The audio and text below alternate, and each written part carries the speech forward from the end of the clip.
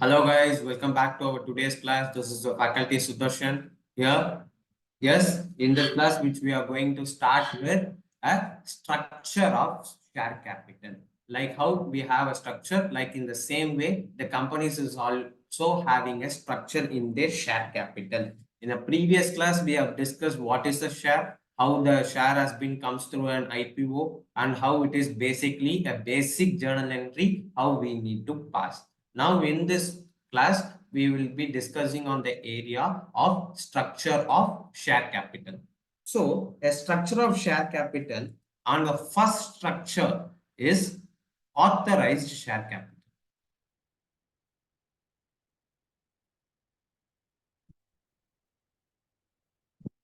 Let us discuss little bit lengthier in this authorized share capital.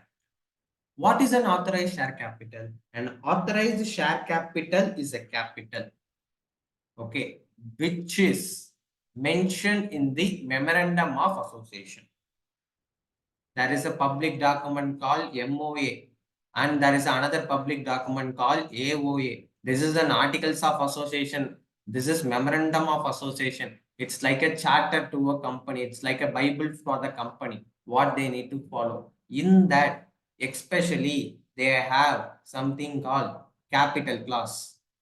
In those capital clause, we have mentioned this is a maximum capital that I can raise it from the shareholders. If I want to change that MOA, if I want to change this capital clause, I need to amend the MOA. I need to change the MOA. Okay. So we will write in the theory part right now. Write down along with me.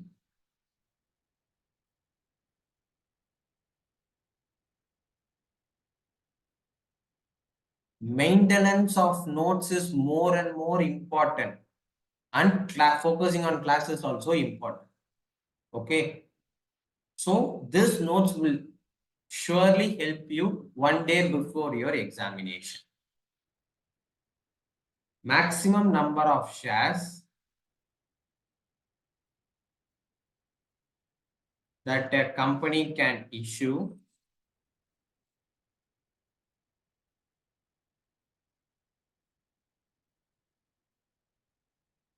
in its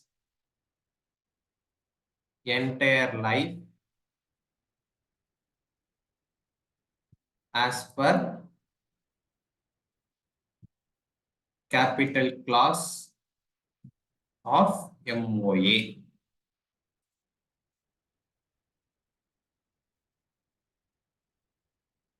Next, the second point is it is alternatively called as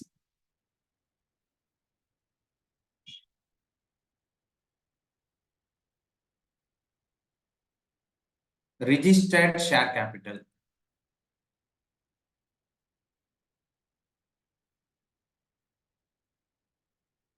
or nominal capital.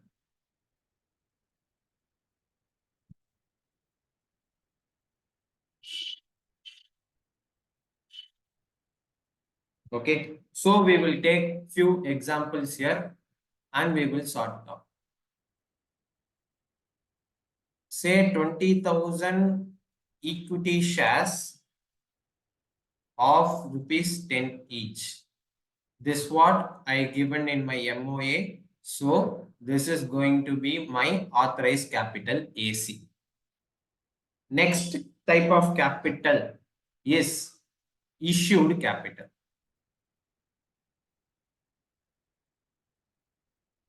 What is the issued capital? Let us discuss here. And issued capital is a part of authorized capital. Issued capital is a part of authorized capital.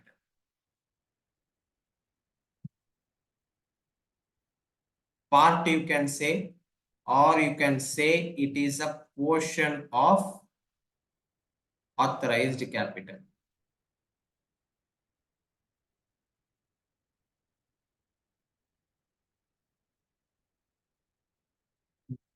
To whom it is issued? which is offered to public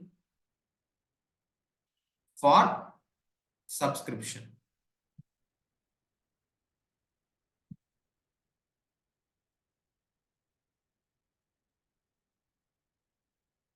So this is a point you need to take care.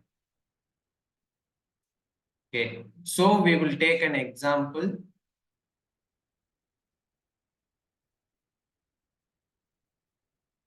Same.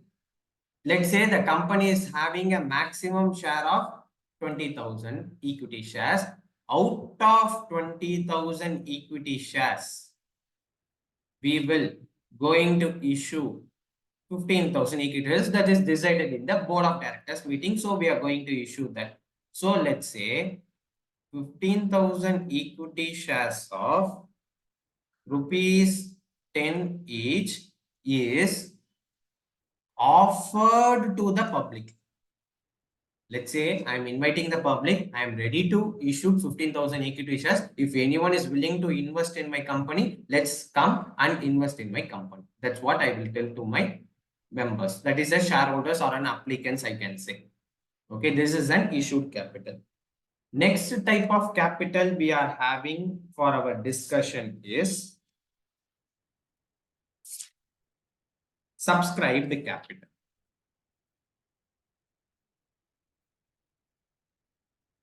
Give a heading, subscribed capital.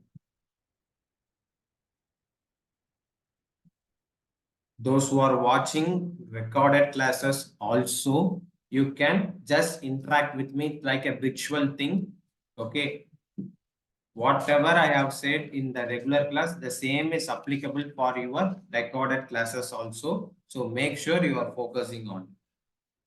Actually, I am not going deep into the section numbers, law oriented and all, because that will be taken care in the law papers. Here, we will only focus on the accounting perspective techniques. Regarding those subscribed capital, it is the portion of which capital? Say, that is issued capital. It's like a structure. You should not change the structure. First one is authorized. Second one is issued. Third one is only subscribed capital. It is a portion of the issued capital, which is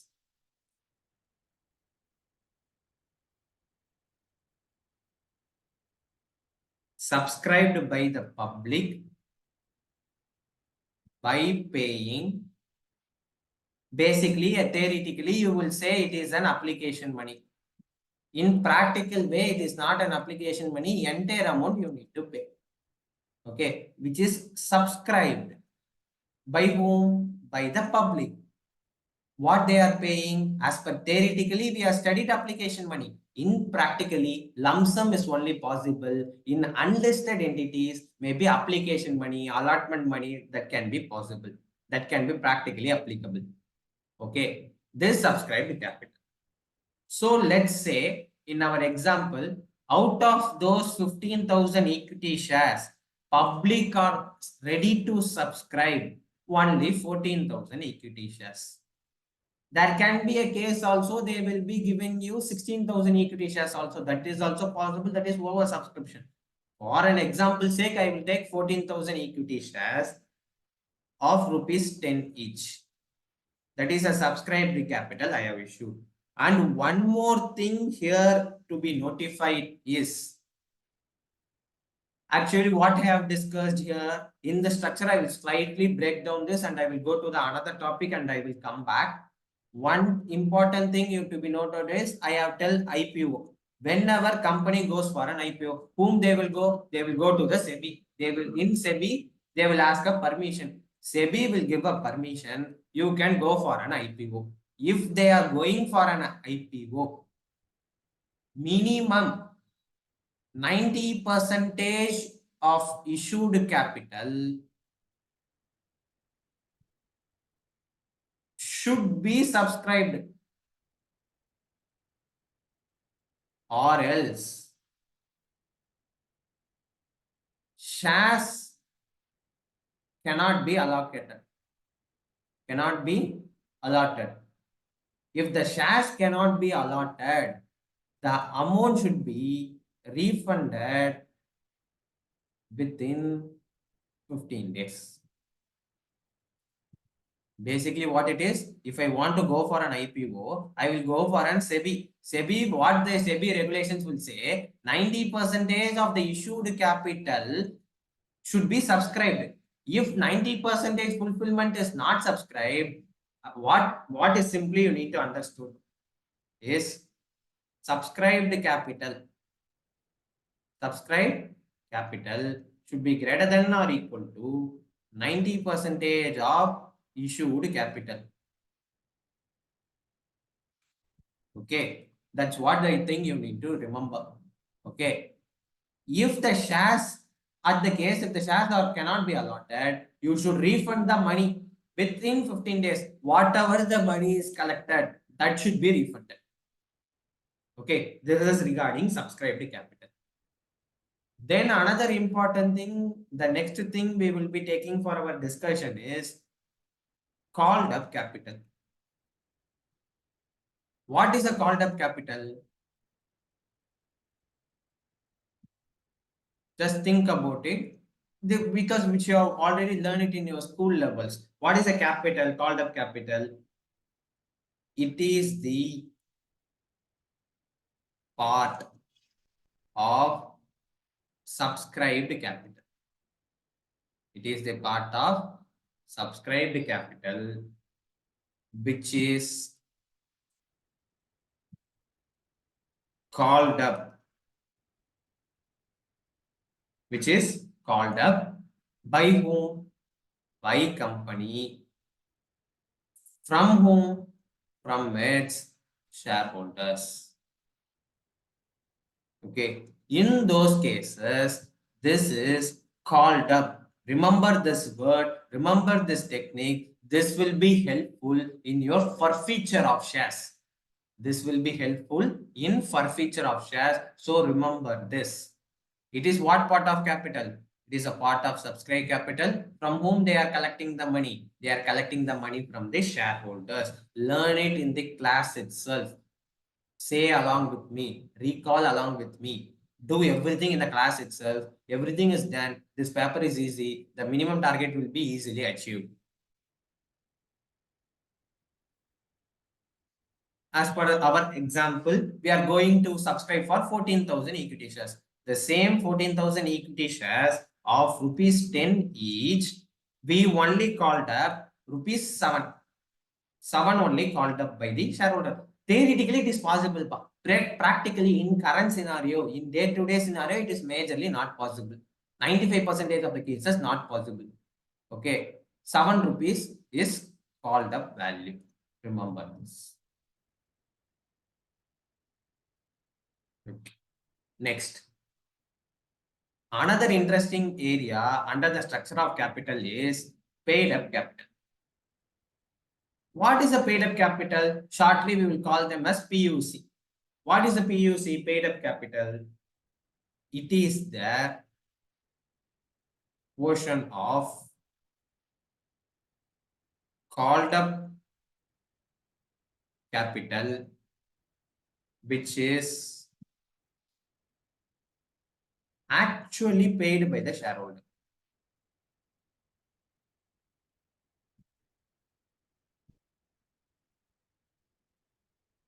Actually paid by the shareholder, portion of called up capital. Okay. Let us discuss this. Suppose you are asking 7 rupees. Okay. From 14,000 shareholders. Out of which, what has happened? 14,000 equity shares they have paid, or let's say, let's put it in this way. 14,000 equity shares they have paid 7 rupees per share. It means they have already everything is paid. So slightly break up this, or we will do one thing. 10,000 equity shares which they are holding. It can be holded by only one person or it can be holded by multiple person. We will take it as a multiple person. He is paying, let's say 10,000. They have paid, let's say around 70,000 is paid. Okay. But 4,000 shareholders paid rupees 5 per share. What I have asked, I myself is only asked 7 rupees. What they have paid, they have only paid 5 rupees. What is the amount? 20,000 is the amount we have to pay. What is the total amount we need to pay? 90,000 is only paid. Okay. But what I actually called up, as per the previous example, what I actually called up, 7 rupees I actually called up. Take a calculator, 14,000 equity shares into rupees 7. What is the value? Give me. Give me the value. That too, that is 98,000. Is it right? From this, what I came to know from the above information, 90,000 is paid. What is an actual presentation I made to do? Less. Calls in arrear. Calls in arrear is I yet to receive my payment. Okay. This is yet to be received. This is actually received. Instead of paid, we will use the word received because I'm everything. It's I will talk from a company's point of view. This is received. This is yet to be received. Okay. This is calls in arrears. Calls in arrears. From this above information, they have only paid 5 means they are not paid how much? 2 rupees is not paid. So calls in arrears is 4,000 equity shares into rupees 2. That is rupees 8,000. If I subtract, my final value is going to be 90,000. 90,000 is received. That's how my actual presentation goes. So this is a part which is a portion of that called up capital. What is the calls in arrears? Calls in arrears is the portion of called up capital.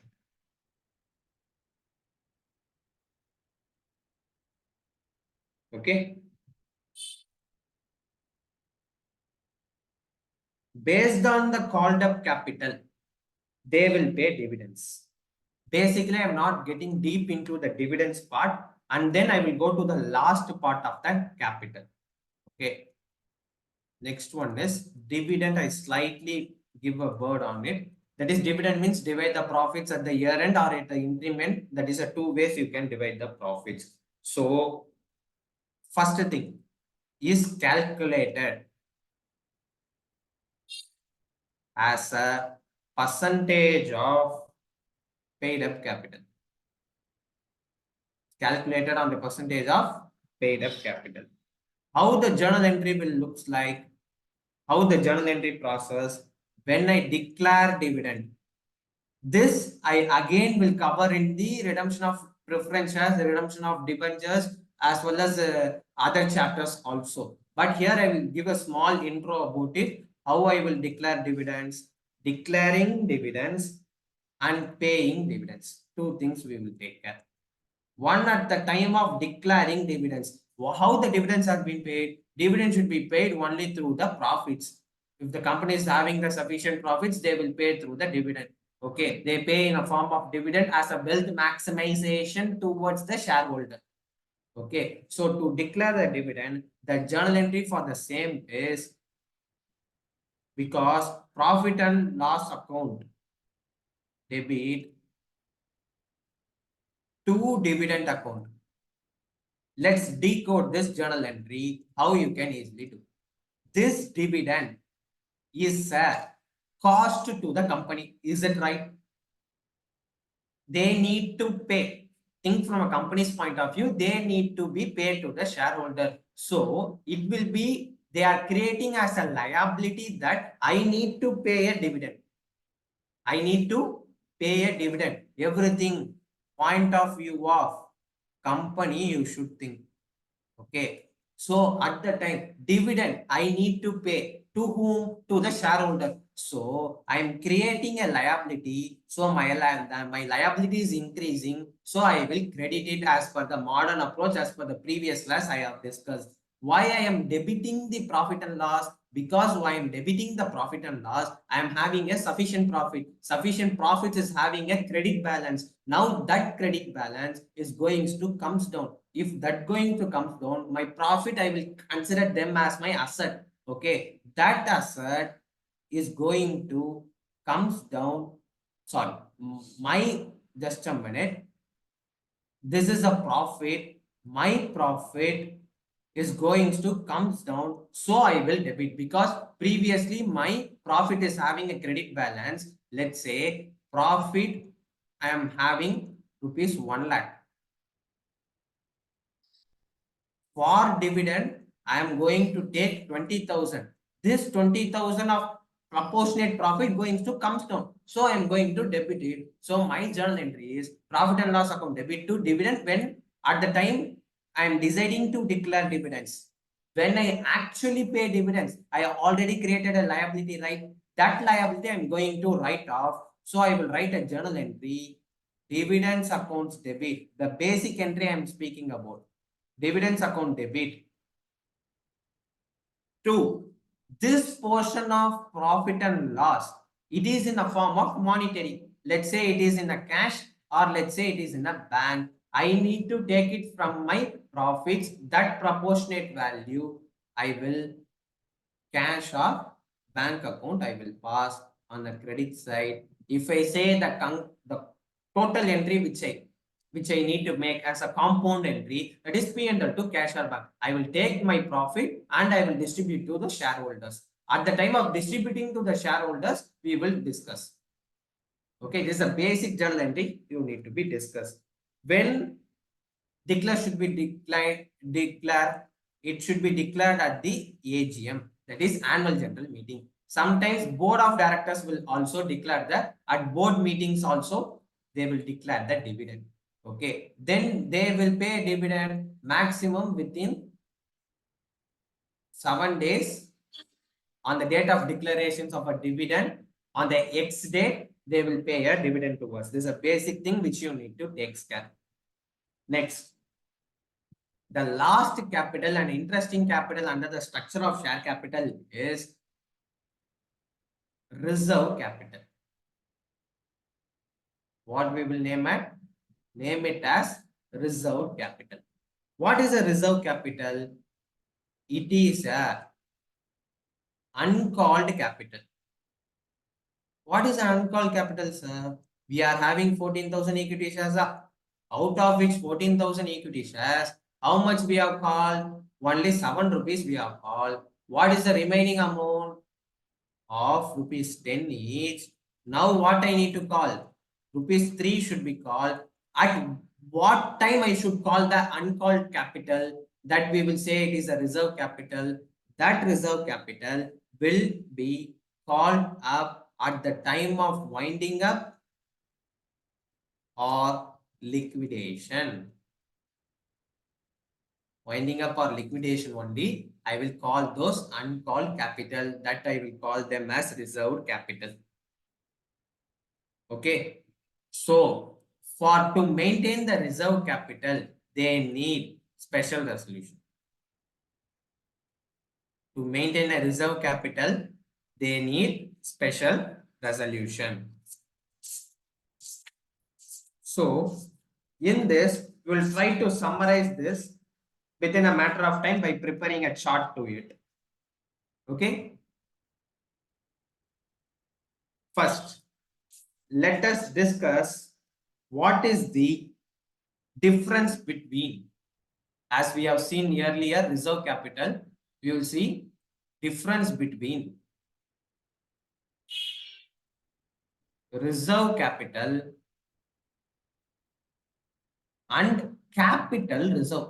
The most important word which I am going to use in forfeiture and reissue is capital reserve.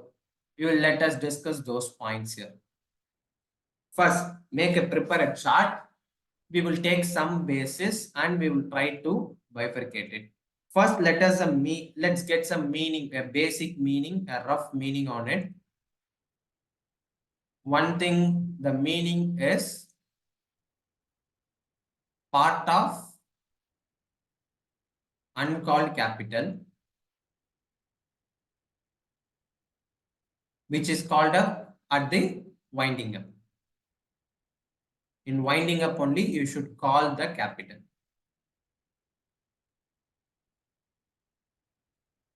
While in case of capital reserve, note the important point, it is the part of reserves. What is a reserve first? Reserves is something which is a past year profits, which has been accumulated, and which has been carried forward from year on year. That we will call them as reserves. Under those part of reserves, capital reserve, which is not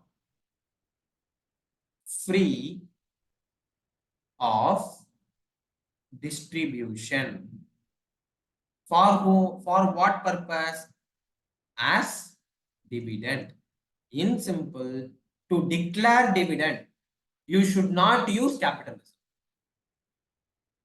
To declare dividend, you should not use capital reserve. That's a basic meaning about it. Then, second thing, important. What is the creation on it? How it is created? Basically, it is a uncalled capital. Whatever the uncalled capital, we will put it as a reserve capital. What is the capital reserve?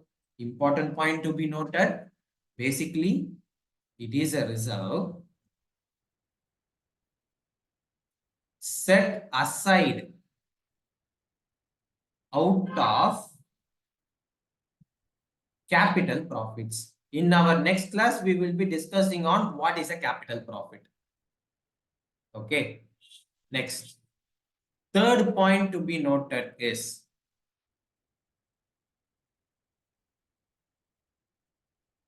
optional. Is there any optional thing or is there is any mandatory thing? We will be slightly discussing on those area.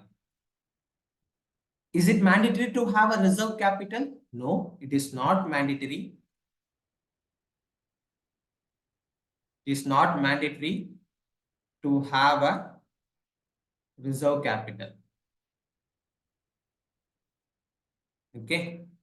Is there mandatory to have a capital reserve? Yes, they use the word it is appropriate. It is appropriate to transfer capital profits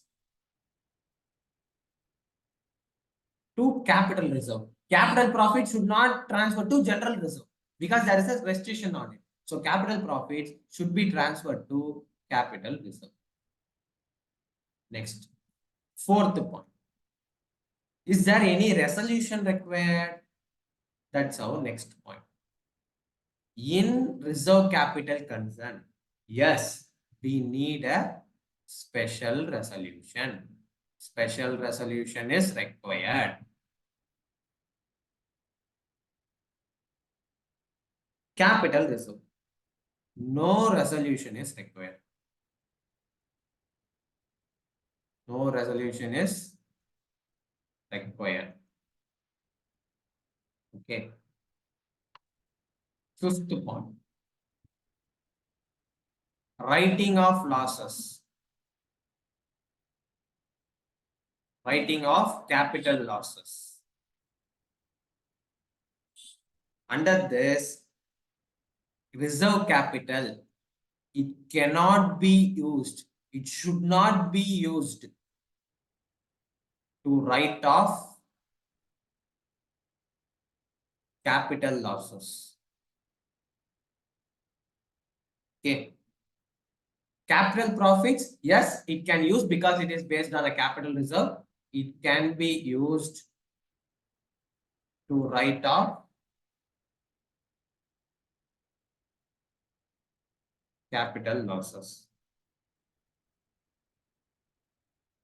Disclosure.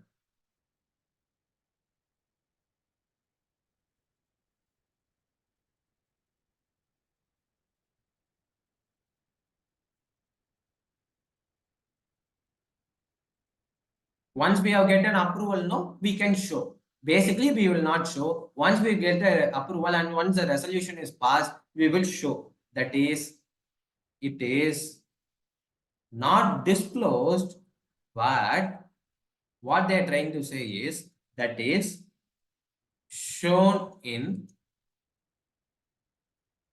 company's balance sheet, we will show.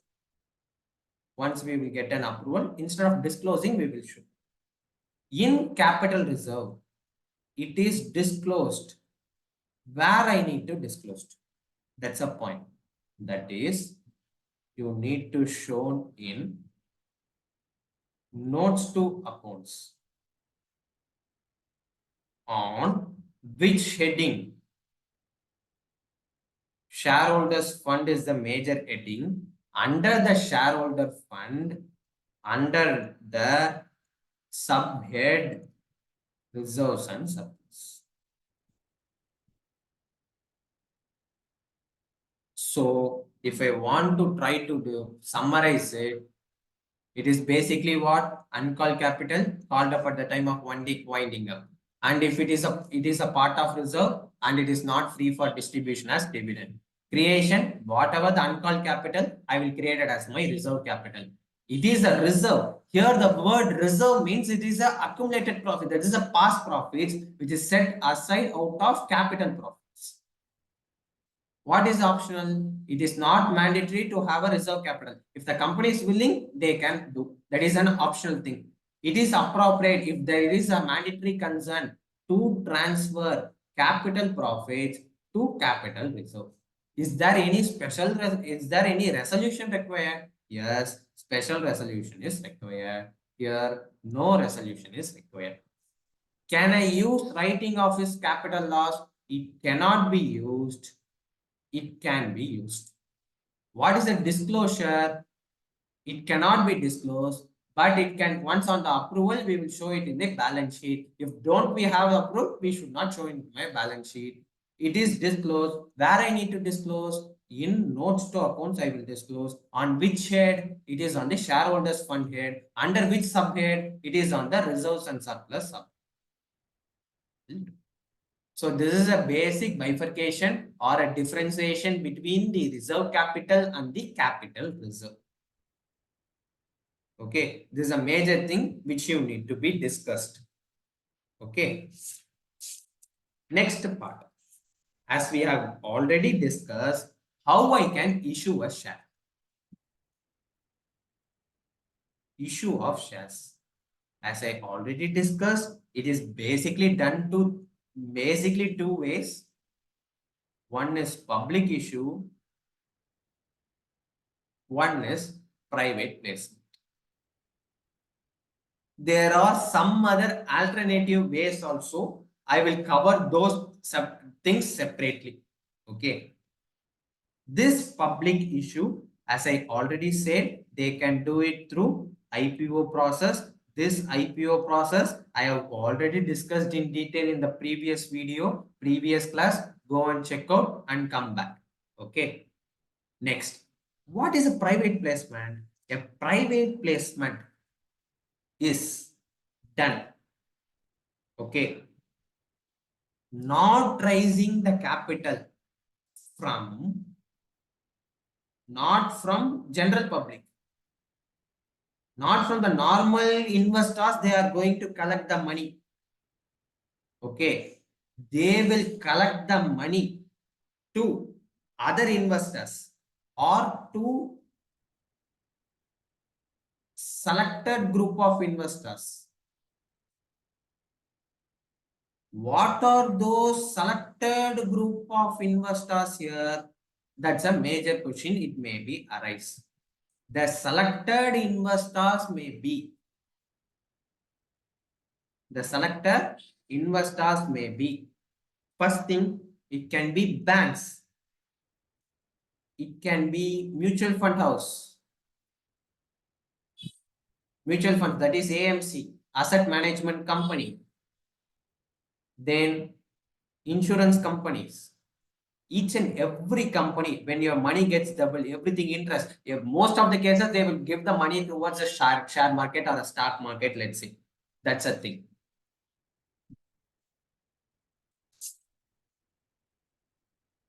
Okay, or in some cases, pension funds, NPS, National Pension Scheme or Atal Pension Yojana. That's a scheme which has been issued by the government, right? So they can also do it in this way. Next. Actually, in NPS, they will invest in three funds. One is equity, that is share market. One is CB, one is GB. What is CB and GB? CB means corporate bonds, GB means government bonds. Based on some proportion, based on some calculation, there is some percentage ratios and all. Based on this, they will do. In pension funds, instead of shares, we will call them as NAV, net asset value. Okay, instead of we will call them as shares, we will call them as units. That units, that value we will be say them as NAV, net asset value. Okay, next. Alternatively, there are other three ways also. What are those other three ways? First one is rights issue. That's we are having a separate discussion on rights issue. We are having a separate chapter for it. In that time, we will decide that is a rights issue. And then we will be discussing on the topic bonus issue.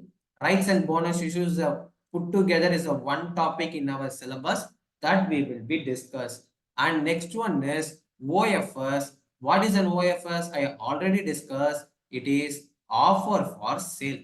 What is an offer for sale? We will discuss this now.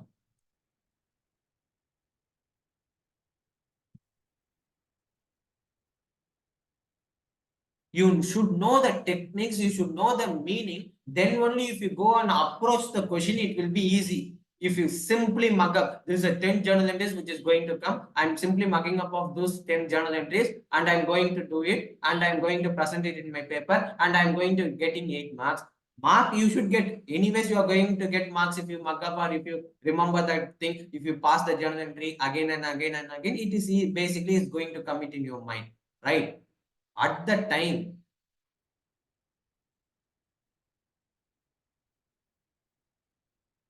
So when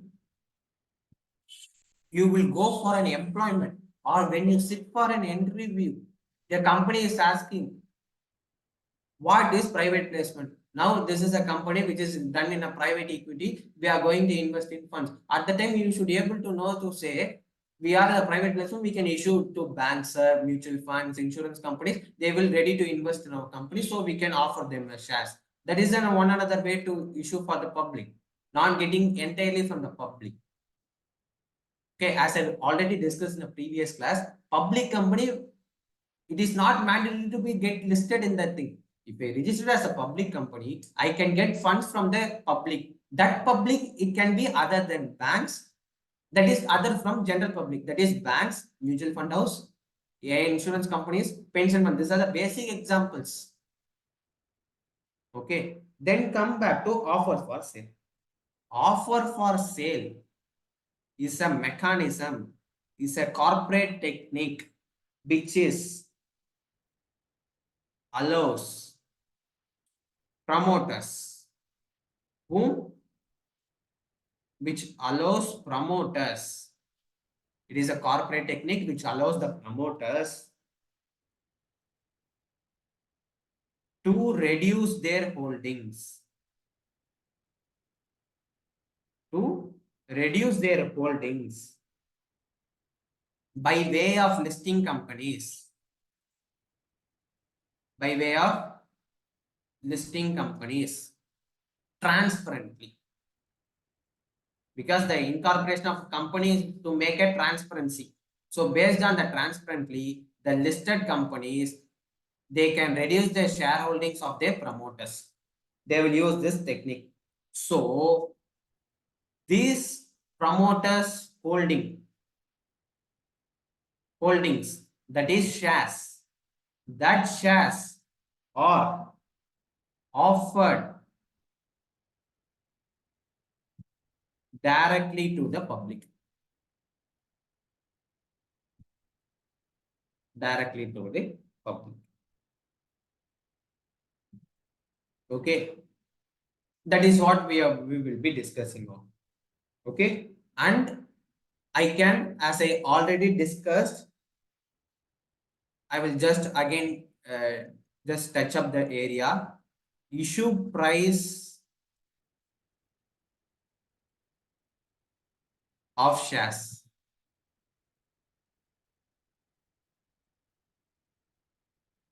Under the issue price of the shares, shares can be issued in three ways. Issued at par, issued at premium, issued at discount.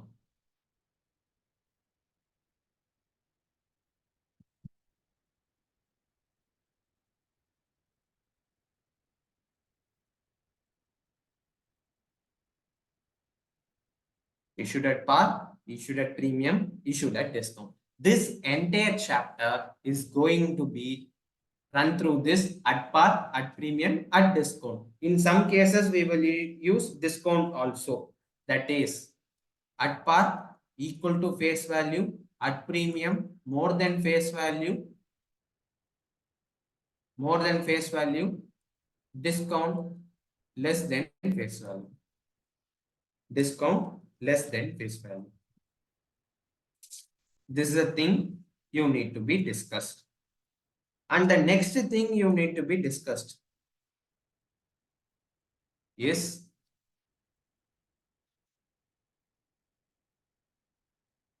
stages of collection. How many stages are there in collecting the application money or a share money or a share capital? It is based on the issue price.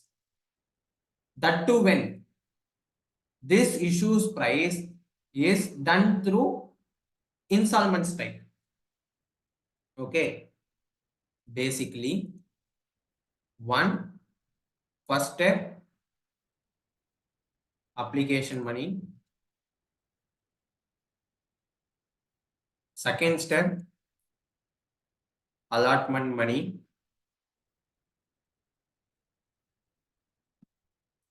Third step is call money. Premium. We say about premium, no? That premium can be called in any three stages. In any three stages, I can include my premium value. Okay. In any three stages, I can include my premium value. Call money, you can do multiple calls also. First call, second call, and final call. Maximum 3 calls will be done basically by the corporate entities. So this is a basic thing which you need to remember in case of structure of share capital. Okay, first I will make sure you will have a good grip towards the theory concepts in a corporate accounting chapter. You may wonder, the chapter is corporate accounting. This faculty, they can simply teach you sums and I will go. But I make sure you should remember each and every concepts to in detail. Okay, that what the major thing is. Okay, so from the next class, you should remember how the structure of share capital is work. Actually, it is work on authorized share capital. Say along with me, authorized share capital, issued capital, subscribed capital, Under the subscribed capital, whatever the money called, we will say there's a called up capital. The uncalled money will go for a reserve capital. The called up money, whatever the shareholders pay, that we will say them as a paid up capital. What is unpaid from the shareholder, from that portion of the called up capital, that amount we will say them as calls in arrear. There will be a one extraordinary person who is having a huge money. That person will give the money in advance. At the time, we will say it is a calls in advance. That is a separate concept. Again, I am going to discuss what is calls in arrears, what is as per the definition, what is there in a Companies Act, what is there in a SEBI, what is the proportion we need to issue application money. Everything we are going to discuss in detail, and we are going to pass a journal entry for them also. Okay, so make sure you will remember this concept and then move on to our next class and watch the next class, so it will be easier for you. Okay, have a nice day, do a revision, and again I will repeat, revise it on a daily basis to avoid any discrepancies towards the subject. Once again, signing off of Sudarshan. Have a nice day.